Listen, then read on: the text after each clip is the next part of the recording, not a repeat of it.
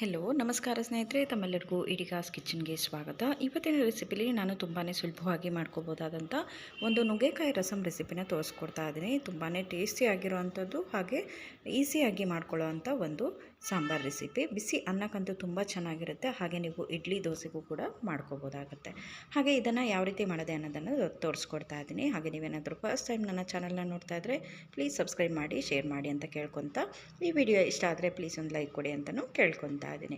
ಹಾಗೆ ಇದು ನುಗ್ಗೆಕಾಯಿ ರಸಮ್ ಮಾಡೋದಕ್ಕೆ ಒಂದು ಕುಕ್ಕರಲ್ಲಿ ಒಂದು 1/2 ಲೀಟರಷ್ಟು ನೀರನ್ನು ತೊಗೊಂಡು ಬಿಸಿ ಆದ ನಂತರ ಹೆಸರು ಬೇಳೆನ 1 ಕಪ್ ಹಾಕಿದ್ದೀನಿ. ನಿಮಗೆ ಹೆಸರು ಬೇಳೆ ಬೇಡ ಅನ್ನೋದಾದರೆ ತೊಗರಿಬೇಳೆನೂ ಕೂಡ ಹಾಕೋಬೋದು. ಹಾಗೆ ನುಗ್ಗೆಕಾಯಿ 2 ನುಗ್ಗೆಕಾಯನ್ನು ಕಟ್ ಮಾಡಿಕೊಂಡು ಹಾಕ್ಕೊಂಡಿದ್ದೀನಿ, ಕ್ಲೀನ್ ಮಾಡಿ ಇಟ್ಟಿರುವಂಥದ್ದು. ಒಂದು 3ರಿಂದ 4 ಟೊಮೆಟೊ ಅಥವಾ 2ರಿಂದ 3 ಹಾಕಿದ್ರೂ ಸಾಕಾಗುತ್ತೆ. ಹಾಗೆ ಸ್ವಲ್ಪ ಹಸಿ ಕೊತ್ತಂಬರಿ ಸೊಪ್ಪನ್ನು ಹಾಕ್ತಾಯಿದ್ದೀನಿ, ಸ್ವಲ್ಪ ಫ್ಲೇವರ್ ಚೆನ್ನಾಗಿ ಬರಲಿ ಅನ್ನೋಕ್ಕೋಸ್ಕರ.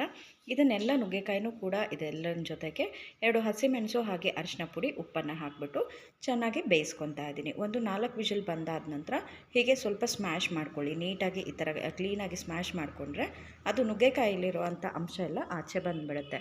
ಹಾಗೆ ಈ ಥರ ಒಂದು ಸ್ಟೇನ ತಗೊಂಡು ಇದನ್ನು ನೀಟಾಗಿ ಸೋಸ್ಕೋಬೇಕಾಗುತ್ತೆ. ಅದಾದ ನಂತರ ನುಗ್ಗೆಕಾಯಿನ ಅಂಶ ಎಲ್ಲ ಆಚೆ ಬಂದುಬಿಡುತ್ತೆ. ಹಾಗೆ ಬೇಳೆಗಳು ಕೂಡ ಚೆನ್ನಾಗಿ ಬೆಂದಿರೋದ್ರಿಂದ ಕರಗಿ ನೀಟಾಗಿ ಆಚೆ ಬಂದುಬಿಡುತ್ತೆ. ಹಾಗೆ ಇವಾಗ ಅದನ್ನು ಬಿಸಿ ಇಟ್ಕೊಂಡು ಕುದಿಯೋಕೆ ಇಡ್ತಾ ಇದ್ದೀನಿ. ಇನ್ನೊಂದು ಸೈಡಲ್ಲಿ ಅದಕ್ಕೆ ಒಗ್ಗರಣೆ ರೆಡಿ ಮಾಡ್ಕೊಂಡ್ಬಿಡೋಣ. ಹಾಗೆ ಅದಕ್ಕೆ ಸ್ವಲ್ಪ ಎಣ್ಣೆ ಹಾಗೆ ತುಪ್ಪ ಬೇಕನ್ಸಿದ್ರೆ ತುಪ್ಪನೂ ಹಾಕೋಬೋದು. ಸಾಸಿವೆ ಮತ್ತು ಜೀರಿಗೆ ಹಾಕಿದ್ದೀನಿ. ಹಾಗೆ ಜಜ್ಜಿಟ್ಕೊಂಡಿರುವಂಥ ಬೆಳ್ಳುಳ್ಳಿ, ಹಾಗೆ 2 ಹಸಿಮೆಣಸಿನಕಾಯಿ, ಕರಿಬೇವು, ಕೊತ್ತಂಬರಿ ಮತ್ತು ಸಾಂಬಾರು ಈರುಳ್ಳಿನ ತೊಗೊಂಡಿದ್ದೀನಿ, ಚೆನ್ನಾಗಿರುತ್ತೆ ಅಂತ. ಹಾಗೆ ನೀವು ಸಾಂಬಾರು ಈರುಳ್ಳಿ ಇಲ್ಲ ಅಂತಂದರೆ ನಾರ್ಮಲ್ ಆಗಿರೋ ಈರುಳ್ಳಿನೂ ಕೂಡ ಹಾಕೋಬೋದು. ಹಾಗೆ ರಸಮ್ ಫ್ಲೇವರ್ ಬರಬೇಕಂದ್ರೆ ಜೀರಿಗೆ, ಮೆಣಸು, ಬೆಳ್ಳೆ ಬೇಕಾಗುತ್ತೆ. ಅದನ್ನು ಸ್ವಲ್ಪ ಜಜ್ಜಿಬಿಟ್ಟು 1 ಸ್ಪೂನಷ್ಟು ಹಾಕ್ಕೊಂಡಿದ್ದೀನಿ. 1 ಸ್ಪೂನಷ್ಟು ಕಾಳುಮೆಣಸು ಹಾಗೆ ಒಂದು ಅರ್ಧ ಸ್ಪೂನಷ್ಟು ಜೀರಿಗೆನ ತೊಗೊಂಡು ಹಾಕ್ಕೊಂಡಿದ್ದೀನಿ.